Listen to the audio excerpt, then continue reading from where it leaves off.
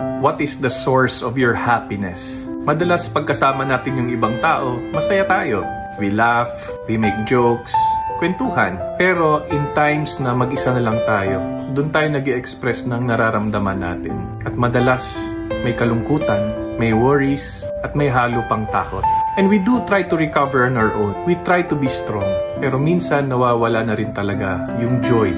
Kaya yung tanong ko, saan ka kumukuha ng joy mo? Because if your joy is based on material things, if your joy is based on what is fleeting in this world, ay hindi talaga ma-attain yung true joy. Baka happiness pwede pa, pero iba yung joy. Our joy should be rooted in Christ. Because regardless of your situation in life, no one can take away your joy in Christ. Even if you're persecuted, you can be joyful in Christ. Even if you're struggling, if your joy is Christ, there will always be hope and there will always be a way forward. Kaya ano ba talaga ang nagpapasaya sa'yo? Strive to get back on your prayer time and deepen your relationship with God.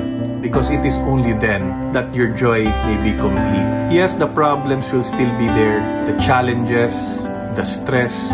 Pero if you face all that with the joy of the Lord in your heart, then you will be more equipped to overcome them. Kaya smile and rejoice. May you be joyful in the Lord.